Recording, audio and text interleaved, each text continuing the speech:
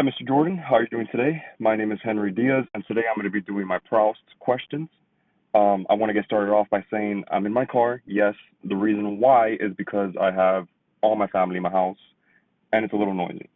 So just to make sure this goes off smoothly, I wanted to go ahead and come here. So with that being said, I want to start off with my first question that I chose. As you can see, is what is your motto? Now, my answer is pretty easy because it's literally tattooed on my chest. It's don't die until you're dead. The reason why is because I feel like that's telling me don't let your soul die before your body does. A lot of times in the jobs I've worked in, I've seen coworkers who are alive, but their souls are not. They gave up on their lives a long time ago, and that's what I don't want to be, and that's what I hope I never end up as.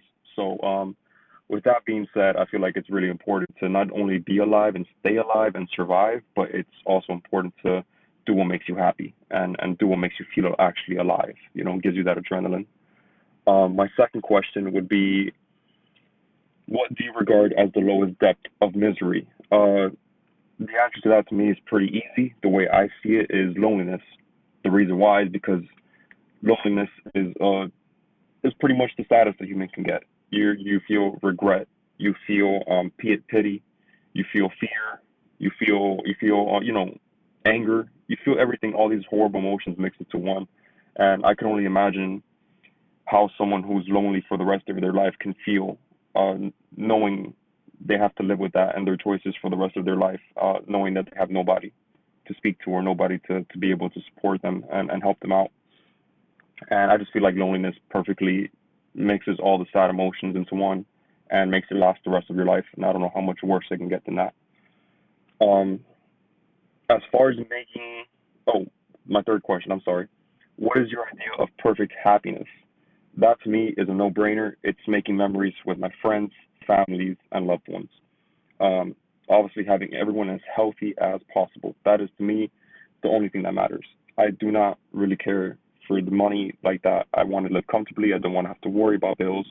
But more importantly, I want to be close to my family and loved ones. I feel like without them, life isn't worth living. Life is very bland. It's very sad. It's the memories you make with the people you love that defines your life when you look back on it in your deathbed. As sad as that sounds, but it's true. um, Number four, who has been the greatest influence on you? That's pretty easy. My answer is my mom.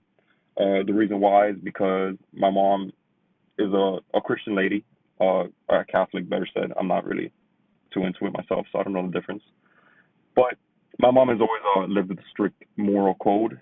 She's always known what's right and what's wrong, and she's always let me know that, shared with me what's right and what's wrong, what I shouldn't do in certain situations, and what I should do. And that's what I've lived by my whole life, and because of her, I've stayed out of trouble. And even in my younger days, when I was a little more rambunctious, there would be certain times where I'd stop myself from doing things because I know that it would make my mom unhappy. And just to avoid seeing her sad, I would not do things. And I think that because of those reasons, I'm here where I am today, where I have the whole world ahead of me, and I have a lot of potential thanks to my mom. And I think I would have squandered it maybe if it wasn't for her and her guidance. So that's an easy no-brainer for me as well. What do you most value in your friends? This is an easy one also. I've had the same group of friends for over 10 years, three, four guys, and the thing I value most about them is loyalty, loyalty and honesty. These guys, I can leave them locked in a room with all my money, and I know that I'll be fine. I know that I trust them. They always keep everything honest to me. The worst thing you could do is have yes men in your corner. They're never going to tell you the truth. You're never going to see things the way they are if you have people that just want to, agree to everything you say just because they want to be your friend. I like that my friends challenge me and I challenge them and we push each other to do better and be better. And I think that's what friendship is all about, actually caring about people and wanting to see them in a better position. So let's see. Question number six. If you were to die and come back as a person or animal, what do you think it would be? This is pretty easy for me also. I feel like all of these are kind of easy. Um, my answer would be a whale. Two reasons why. They don't really have a major predator like that, besides humans, I guess. But what animal doesn't have that problem? And also they get to explore the most mysterious part of the world, the ocean. Over 90% of it's still undiscovered, unseen.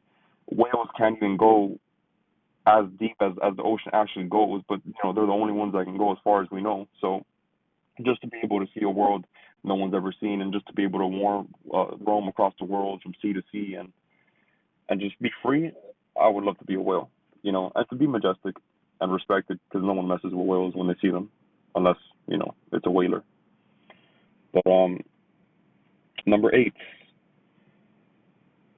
Oh, I'm sorry, number seven. If you could change one thing about yourself, what would it be? Um, the answer to this question, my back. I've had a bad back for a long time. It's hurt. It hurts. I've had surgery. It's stiff. I'm not as flexible, and I love playing sports. I would get a knee back in a second if I could. um, number nine or number eight. Sorry, I'm reading it wrong. Um, what is the trait you most deplore in others? This is a pretty easy answer as well. Ignorance. I think at a time like we're seeing today with all these protests and things going on, I think it's pretty easy to learn and to reflect on yourself and say, hey, look, man, like maybe I have been seeing things wrong, or maybe I was on the wrong side of the fence with certain things, but I think ignorance is a choice, and the thing I deplore most in others is seeing people be willfully ignorant, choosing that. When the information is available, it's in your face. You can learn. It's okay to accept new information and change your opinion, but people just don't see it that way. And I think that's the most deplorable thing, because me myself, my biggest attribute is my curiosity and wanting to learn. And I think seeing people squander the opportunity is to remain racist and intolerant and all that stuff is disgusting. It really is something that needs to be worked on. People need to learn. Um, what is my most obvious characteristic? Easy. Um, my hair probably. I have really curly black hair.